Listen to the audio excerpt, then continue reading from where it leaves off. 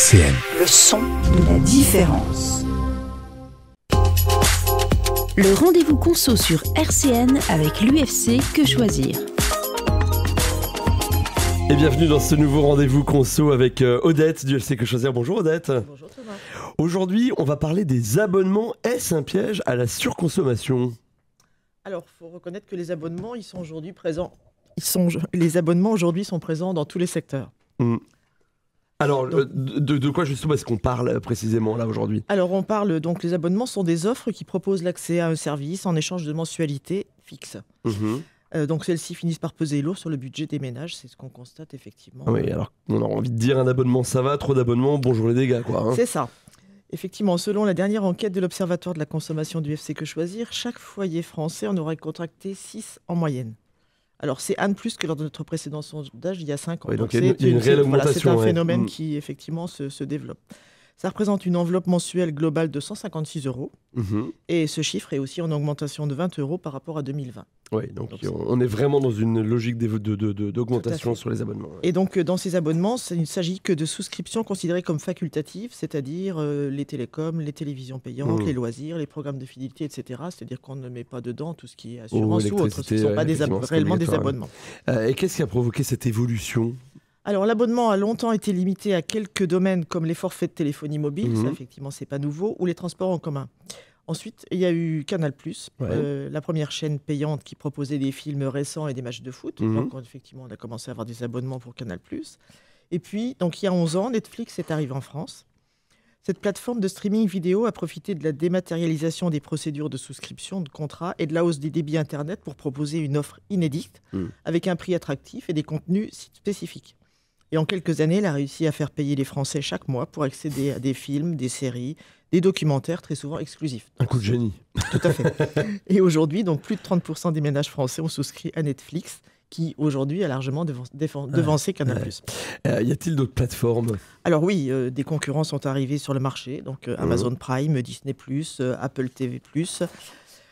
Aujourd'hui, 47% des foyers français seraient abonnés à au moins une plateforme de streaming à la demande. Oui, donc quasiment un Français sur deux. Voilà, et il est difficile d'imaginer un retour en arrière parce que ces chaînes ont su créer un véritable besoin dont les abonnés ne sont pas prêts de se passer. Est-ce que ce phénomène a gagné d'autres secteurs ? Alors oui, de nombreux professionnels ont pris conscience que l'abonnement permettait d'attirer des clients tout en leur garantissant des revenus réguliers et en réduisant leurs coûts de prospection. Résultat, depuis quelque temps, les offres inondent le marché dans tous les secteurs. Donc on a quelques exemples. On peut souscrire un abonnement pour écouter autant de musique que l'on veut sans publicité.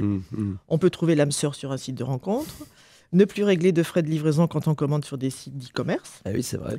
On peut également, en échange de mensualité, recevoir chez soi à intervalles réguliers des denrées alimentaires, du poisson, du vin, des légumes, des repas préparés, des capsules de café, etc., etc. Ou même d'autres produits tels que des chaussettes, des cartouches d'encre ou des cosmétiques. Et des forfaits sont aussi proposés donc, pour faire réparer son électroménager gratuitement, entre guillemets, puisque c'est payé de toute façon. Louer des meubles ou des appareils électroniques plutôt que de les acheter, se servir de vélo ou de trottinette en libre service, accéder en illimité à un cinéma, à une salle de sport ou un parc d'attractions. On voit bien que les abonnements sont proposés quasiment partout, dans tous les domaines. Et quelles sont les motivations des entreprises à lancer ces abonnements ? Alors, ces abonnements donc, peuvent cacher d'autres ambitions. C'est d'abord rendre les clients captifs pour qu'ils n'aillent pas voir ailleurs. En effet, la concurrence est plus féroce que jamais et les consommateurs sont de plus en plus volatiles. Donc, il est donc primordial de fidéliser la clientèle. C'est en particulier vrai pour les sociétés du secteur des loisirs qui sont souvent les premières à pâtir d'une baisse de pouvoir d'achat.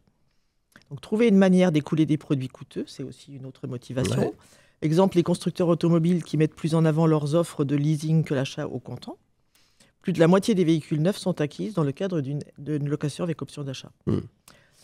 Autre motivation, rationaliser les coûts de production et accroître les revenus. Donc on a un exemple, c'est BMW qui installe des sièges chauffants, des feux anti-éblouissement ou des caméras embarquées sur la plupart de ses modèles, mais ne les active que sur les clients qui ayant souscrit une option payable chaque mois. Ah oui, comme ça, c'est bien, on les installe. Si vous voulez en profiter, il faut payer. Et alors, c'est quoi la formule idéale ? Alors, la formule idéale donc, pour le professionnel, même si l'abonnement est plus adapté aux services qu'aux produits, tout peut être vendu ainsi. Il faut juste trouver le bon modèle économique. Alors, pour que ça marche, les entreprises devront respecter plusieurs règles. D'abord, le montant de chaque mensualité doit être assez bas et l'offre à laquelle elle donne droit suffisamment riche pour que le client se rende compte immédiatement qu'il a intérêt à y souscrire. Attention toutefois aux restrictions figurant en contrat et qu'on ne découvre qu'après, puisqu'on ne lit pas toujours le Oui, contrat. évidemment. Le en même temps, ça fait 70 pages. Hein. Tout à fait. Le client doit rester abonné longtemps pour assurer une bonne rentabilité. Il faut faire attention parce que parfois les professionnels imposent un engagement minimal de 12 mois et une reconduction tacite annuelle ou une procédure de résiliation compliquée. Donc il faut aussi regarder ça, comment est-ce qu'on peut en sortir. Globalement, quand on est engagé, c'est pas pour 12 mois. Quoi. Voilà, et on ne pense pas toujours quand on s'engage à regarder comment on peut s'en sortir. On n'y pense pas vraiment. Il ne faut pas que tous les abonnés utilisent pleinement le service, sinon ce ne serait pas. En effet, le professionnel intègre le fait qu'une partie des clients recourront peu, voire pas du tout, au service qu'ils payent. C'est une condition indispensable pour pouvoir proposer des tarifs intéressants aux gros consommateurs. Et si des clients oublient qu'ils ont pris un abonnement, c'est encore mieux. L'Observatoire de la consommation a cherché à mesurer l'ampleur de ce phénomène d'omission. Le résultat a été édifiant. Alors qu'ils pensaient en avoir 3,5 en moyenne pour un total de 98 € par mois, les Français ont en réalité 6 pour un coût de 156 € mensuels. Donc il y a un certain nombre qui ne se rappellent plus qu'ils ont des abonnements. Et qui payent 156 € en moyenne par mois, c'est énorme, c'est considérable. Mais comme ce sont des petits prélèvements, ça ne passe inaperçu. Ça se voit pas, par contre il faut les cumuler derrière. D'ailleurs, 40% des répondants reconnaissent après vérification qu'au moins un de leurs abonnements est inutile. Dans la majorité des cas, ils ont oublié qu'ils l'avaient souscrit ou repoussé sa résiliation en raison d'un manque de temps ou de la complexité des démarches. Et qu'en est-il des tarifs ? Alors, si les abonnements sont toujours plus nombreux, ils sont aussi de plus en plus chers. La preuve, une fois encore, avec Netflix. Après avoir capté et séduit des millions d'abonnés grâce à des prix attractifs ou à des offres promotionnelles comme le premier mois gratuit, la plateforme de streaming vidéo a fait évoluer sa stratégie en s'engageant dans une lutte contre le partage abusif des codes d'accès et en accélérant l'augmentation de ses tarifs. En 10 ans, sa formule 2 écrans et sans publicité est passée de 8,99 € à 14,99 € par mois, soit une hausse de 67% quand même. L'offre basique avec publicité lancée plus récemment, c'est elle renchérie de 2 € en avril dernier pour atteindre 7,99 € par mois, ce qui fait une augmentation de 33%. C'est quasiment le prix de l'abonnement sans publicité il y a quelques années. Tout à fait. Alors bien sûr, ce sont de petits montants, mais en s'additionnant, ils finissent par représenter une somme élevée. D'autant que les Français n'hésitent plus à opter pour plusieurs offres proposant des services similaires. On estime par exemple qu'ils sont désormais abonnés en moyenne à 2,2 plateformes de streaming vidéo, contre seulement 1,8 il y a 3 ans. Les fans de foot à la télévision sont obligés de prendre au moins 2 abonnements s'ils ne veulent rater aucun match des clubs français, DAZN, RMC Sport pour la Ligue 1, puis Canal+ pour la Ligue des Champions. Et d'autres encore si les championnats étrangers les intéressent. Donc, sont également touchés par la démultiplication des offres le secteur de la mobilité. Désormais, disposer d'une carte ou d'un pass permettant d'emprunter les transports en commun n'empêche pas, en parallèle, de souscrire à des services de vélo, de trottinette ou d'auto en libre service. Et même si ces formules prises individuellement sont abordables, si on fait le total, elles grèvent le budget. Et bien justement, combien ça nous coûte tous ces abonnements cumulés par an ? Alors, toujours selon l'Observatoire de la consommation du UFC Que Choisir, les Français consacreraient 156 € par mois, soit 1 872 € par an, à leurs abonnements facultatifs. Bien sûr, c'est qu'une moyenne. Certains foyers dépensent bien plus que d'autres. Toutefois, cette somme est importante et près de la moitié concerne les offres numériques. Certaines sont incontournables comme le forfait mobile, d'autres en passent de le devenir, tel le streaming vidéo. La mobilité constitue le deuxième grand poste. La diversification des modes de transport, donc location de vélo ou d'auto, de libre-service, covoiturage multiplie les possibilités. En troisième position, on trouve les loisirs, notamment grâce au succès des salles de sport. Les services à domicile et la sécurité occupent une place non négligeable. Donc les box loisirs et les formules de réapprovisionnement régulier de produits sont plus anecdotiques mais finissent par peser. Quand on du café, etc., qu'on reçoit systématiquement. Ce sont d'ailleurs celles-là que les consommateurs sont les plus disposés à résilier. Alors justement, comment est-ce qu'on résilie ? Alors, si prendre un abonnement est toujours très simple, y mettre fin s'avère souvent nettement plus compliqué. Évidemment. Tout dépend du service choisi. Chez certains, ça se fait en quelques clics sur votre espace personnel. C'est le cas notamment de Netflix et des autres plateformes de streaming. Chez d'autres, par contre, c'est beaucoup plus compliqué. Les professionnels n'hésitent pas, par exemple, à imposer des conditions d'annulation drastiques pour vous retenir.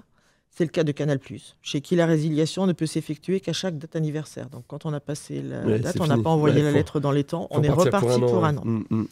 D'autres encore vous obligeront à passer par leur service client, qui tentera évidemment de vous convaincre de rester. Évidemment. Répondront tardivement à votre demande ou multiplieront les messages moralisateurs, comme certains sites proposant des box beauté. Il ne faut absolument pas arrêter, c'est indispensable. Pour votre teint, pour être belle sur la plage. Pourtant, depuis un décret de septembre 2023, les particuliers sont censés pouvoir résilier n'importe quel service en 3 clics. Ça, c'était effectivement la formule résilier en 3 clics. Cette mesure s'applique à tous les contrats de consommation en cours ou à venir, signés sur Internet ou en boutique, dès que le professionnel propose une possibilité de souscrire en ligne. Donc, normalement, on devrait pouvoir toujours résilier en 3 clics. Alors, je veux résilier un abonnement, comment faire ? Alors, comment faire ? Donc, on peut résilier soit en envoyant un courrier par la poste, ça c'était la méthode traditionnelle, ou de plus en plus souvent en utilisant l'espace personnel accessible du site internet du professionnel. Il faut vérifier certains points des conditions générales d'abonnement qu'on trouve sur le site internet du professionnel. Donc souvent, c'est tout en bas de la page ou là où on ne va pas, en petite Évidemment. en petite lettre. Et quels sont les points qu'il faut absolument vérifier ? Alors, les points à vérifier, donc, c'est d'abord la durée de votre engagement. Ouais. Est-ce qu'il n'y a pas de durée ? Est-ce que vous avez une durée d'1 mois, d'1 an ? Quelquefois, une durée minimale d'engagement, par exemple 1 an. On peut trouver aussi la date de fin d'engagement, normalement, sur les factures. Quand on reçoit une facture, il y a la date de fin. Donc là, c'est plus facile. Alors, quand on les reçoit, sinon il faut retourner encore sur l'espace client. C'est ça. Si un délai de préavis doit être respecté, donc effectivement, c'est le cas de Canal+. Donc non seulement c'est la date anniversaire, mais il y a aussi un préavis avant. Par exemple, 2 mois avant l'échéance. Ouais. S'il y a des frais ou des pénalités qui seront facturés, donc il doit aussi figurer dans les conditions générales.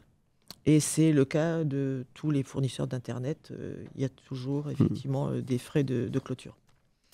Et puis, il faut aussi penser à restituer le matériel mis à disposition dans les délais impartis. Donc, c'est le cas en particulier des box. Sinon, après, on paye des pénalités. Ouais. Est-ce qu'il y a des conseils pour justement, si on veut en savoir plus, être accompagné ? Tout à fait. Donc, il y a sur le site quechoisir.org, donc si on tape dans la barre de recherche abonnement, on trouve un article « Comment résilier vos contrats ».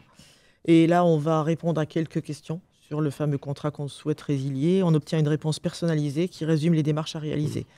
Et on fournit également les coordonnées des principaux professionnels à contacter, donc ça facilite largement les choses. Et si jamais on n'est pas très à l'aise avec l'outil informatique, on peut aussi s'adresser à vous, j'imagine, directement. On peut s'adresser à nous. En prenant des rendez-vous par téléphone, etc. C'est ça, on prend un rendez-vous et on donnera des conseils, et même quelquefois, donc, on ouvre des dossiers. Alors, c'est très souvent le cas, en particulier avec Canal+, ou régulièrement. Vous avez l'habitude.